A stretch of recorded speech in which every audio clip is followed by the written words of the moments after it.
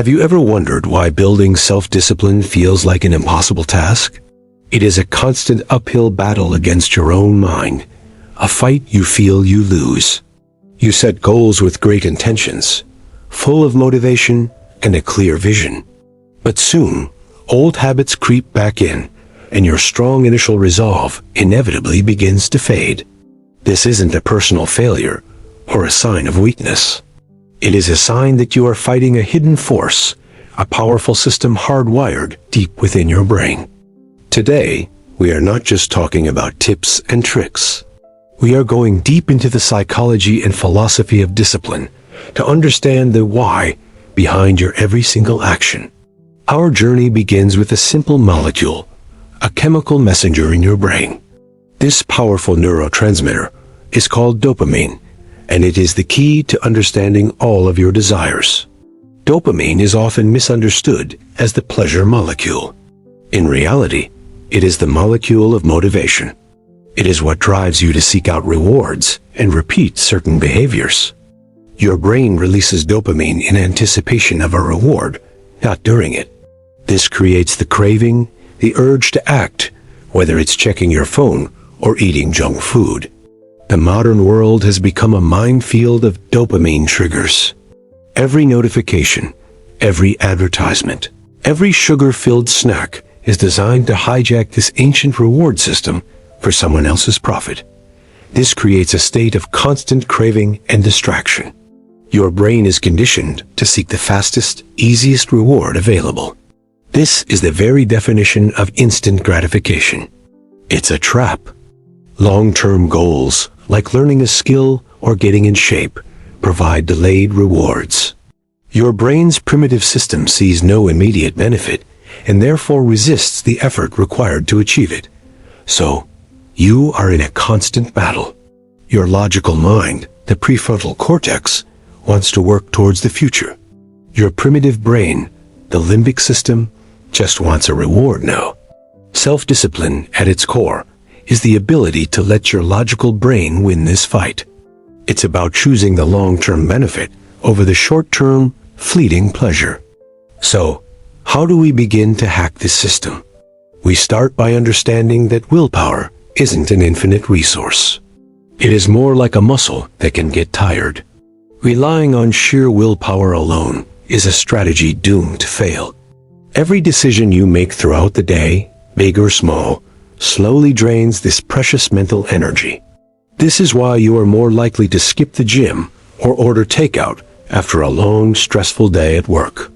Your decision-making muscle, your willpower, is simply exhausted. The secret, then, is not to have more willpower. It is to create a system where you need to use less of it. This is where smart habits come in. Habits are actions that have become automated. They require almost no conscious thought or willpower to perform. They run on autopilot, freeing up your mental energy for more important tasks.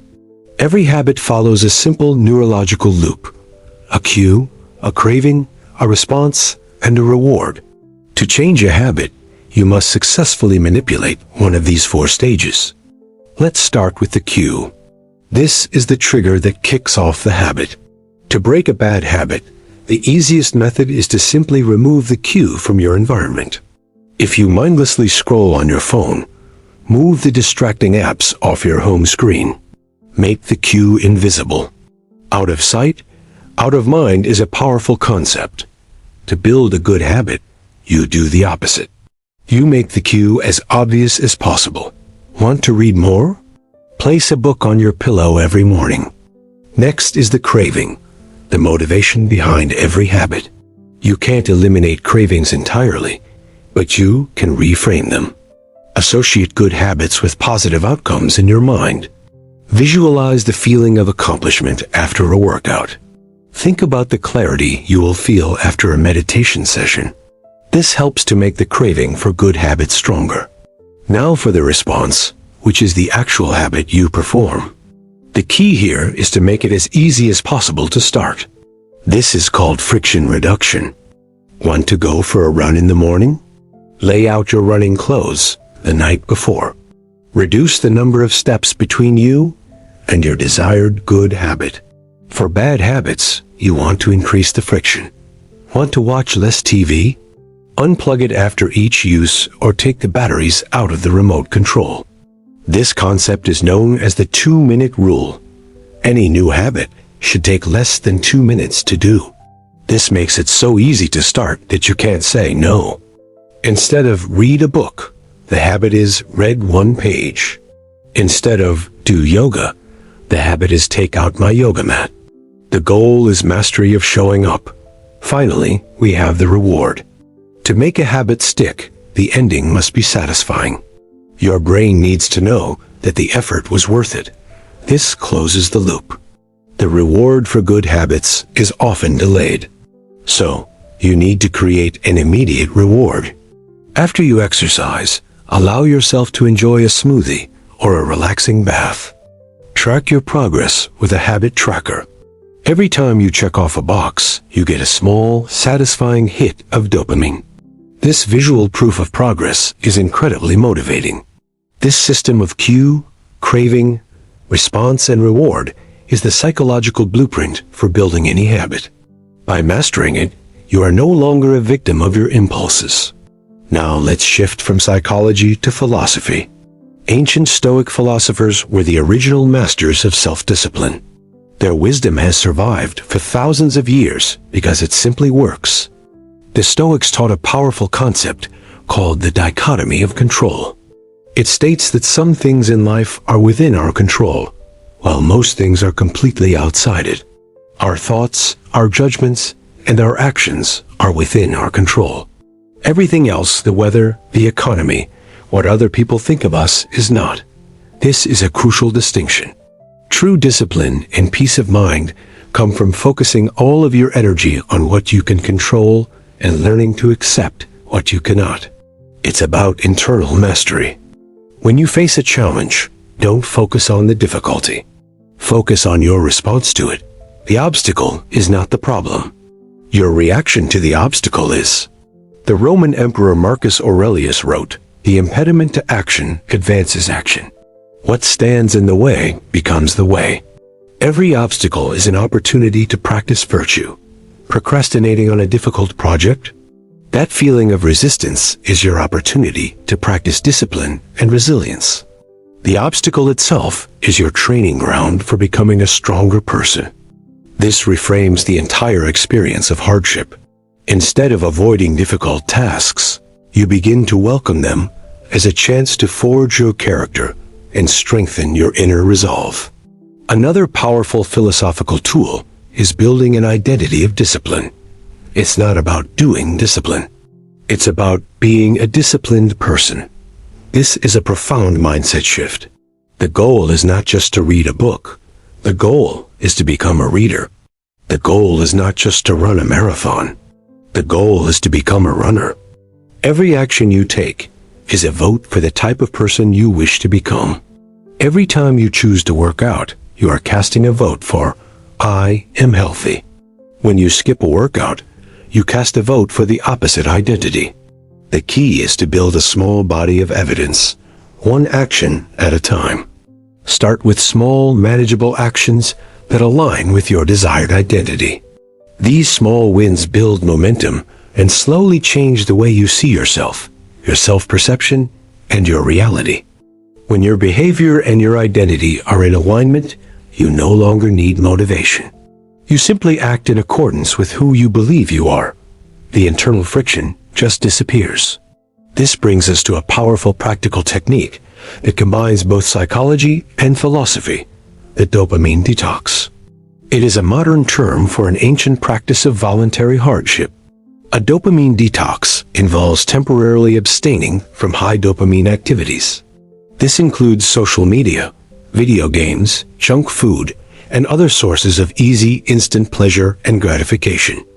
What is the purpose of this? It is to reset your brain's reward system.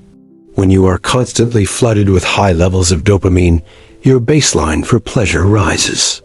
This means that normal, low dopamine activities, like reading or meditating, start to feel boring and unfulfilling. You need more and more stimulation just to feel normal. By taking a break, you allow your dopamine receptors to recover and reset. You lower your baseline, and suddenly, the simple, productive activities start to feel rewarding and enjoyable again. You don't need to live like a monk forever. Start with 1 day a week. On that day, you commit to avoiding all of your major distraction triggers. Instead, you fill your day with difficult but meaningful activities. Go for a long walk, read a challenging book, write in a journal, or work on a project. The first few hours will feel incredibly difficult and boring. Your brain will scream for its usual fix. This is the moment where true discipline is forged in real time. By sitting with that discomfort and pushing through it, you are actively training your prefrontal cortex. You are teaching your brain that you are in control, not your impulses. After the detox, you will notice a profound shift. Your ability to focus will increase. You will feel less anxious and more present in your daily life. You will have proven to yourself that you can endure boredom and discomfort. This builds a powerful sense of self-efficacy, the belief in your own ability to succeed. This practice is not about punishment. It's about freedom. It is about freeing yourself from the invisible chains of modern technology and your own conditioned cravings and desires. Let's review the key pillars we have discussed so far. First, understand that your brain is wired for instant gratification. This is a biological fact, not a moral failing. Second, don't rely on willpower. Build a system of habits that makes discipline the path of least resistance. Manipulate your environment in the 4 stages of the habit loop. Make good habits obvious, attractive, easy, and satisfying. Make bad habits invisible, unattractive, difficult, and unsatisfying. This is the fundamental rule of all behavior change. Third, adopt a philosophical mindset. Focus only on what you can control, your thoughts and your actions. View every single obstacle as a new opportunity to practice your discipline. Fourth, build an identity. Every action is a vote for the person you are becoming. Cast votes for your ideal self, no matter how small they seem at first. And fifth, practice voluntary discomfort. Use techniques like a dopamine detox to reset your brain's reward pathways and prove to yourself that you are the master of your mind. One more crucial element is the concept of self-compassion. You will have days where you fail. You will slip up and fall back into old patterns. This is inevitable. The most disciplined people are not the ones who never fail. They are the ones who get back on track the quickest. They do not let one mistake spiral. When you fail, don't engage in negative self-talk. That only creates a cycle of shame that leads to more self-sabotaging behavior. It's a downward spiral of negativity. Instead, treat yourself with the same kindness and understanding you would offer to a good friend. Acknowledge the mistake, learn from it, and then gently course-correct your actions.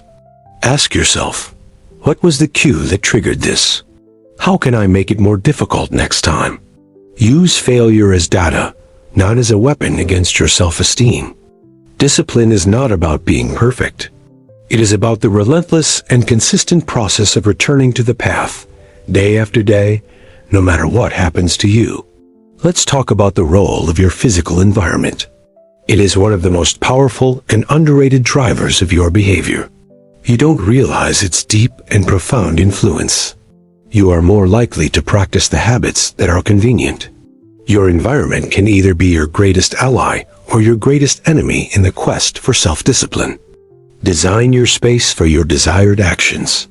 If you want to drink more water, place a water bottle on your desk. If you want to learn guitar, don't hide it. Keep your guitar on a stand in the middle of your living room. The visual cue will constantly remind you to practice, making the action much more likely. The same is true for negative habits. If you want to eat less junk food, the most effective strategy is to simply not have it in your house. This is called choice architecture.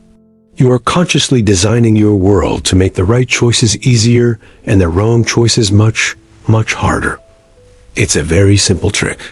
Consider the people you spend time with as part of your environment. You are the average of the 5 people you associate with most. This is a very real phenomenon. If your friends value discipline, productivity, and growth, you will naturally be pulled in that direction. Their standards will become your standards. They will elevate your personal expectations. Conversely, if you are surrounded by people who value comfort and instant gratification, it will be a constant uphill battle to maintain your own discipline and focus. Be intentional about who you give your time and energy to. Your social environment is just as important as your physical one. Curate your circle of influence with great care. Now, let's tie everything together with a final, unifying concept: purpose.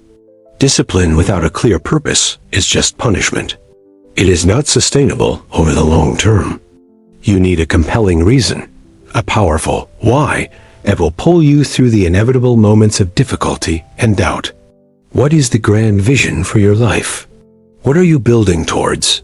What kind of impact do you want to have on the world? What values do you want to live by every single day? Your purpose is your ultimate source of motivation. It is the fuel that will keep your internal fire burning when willpower fades and external rewards are nowhere in sight. Take the time to sit down and clarify your purpose. Write it down.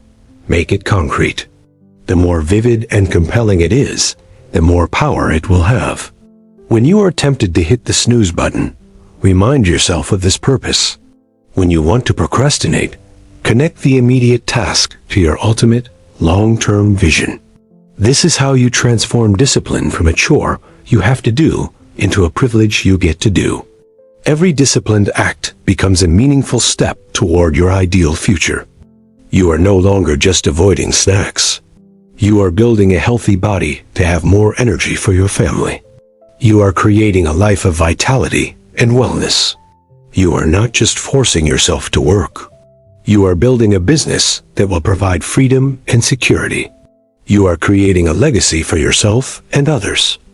This shift in perspective is everything. It connects your small daily actions to your deepest values and your highest aspirations. It provides context, meaning, and a reason to persevere. Remember, building self-discipline is not a destination. It is a lifelong practice. It is a continuous process of self-discovery, of learning, and of constant, gradual improvement. There is no magic pill or secret formula. There is only the daily commitment to making slightly better choices. The commitment to show up, especially on the days you don't want to. The power of this process lies in compounding. One small improvement seems insignificant on its own, but over months and years, these small gains compound into remarkable transformations. Your identity, your skills, and your entire reality are shaped by the sum of your daily habits. You are what you repeatedly do. Excellence, then, is not an act, but a habit. So start today. Don't wait for the perfect moment. Pick one small thing you can control. One habit you can improve by just 1%. Start there. Remove one distraction from your environment. Read one single page of a book. Meditate for just 1 minute. Make it so easy that you simply cannot fail. This is your starting point. This is the first vote you cast for your new identity. It is the first step on the path toward mastering your mind and reality. The journey is long, but it is the most rewarding one you will ever undertake. It is the journey of becoming the architect of your own life. You have the knowledge of psychology and the wisdom of philosophy at your side. You understand the hidden forces within your mind, and now you know how to direct them. The power is, and always has been, within your grasp. The only question left is, what will you choose to do with it? Go and build your unbreakable mind.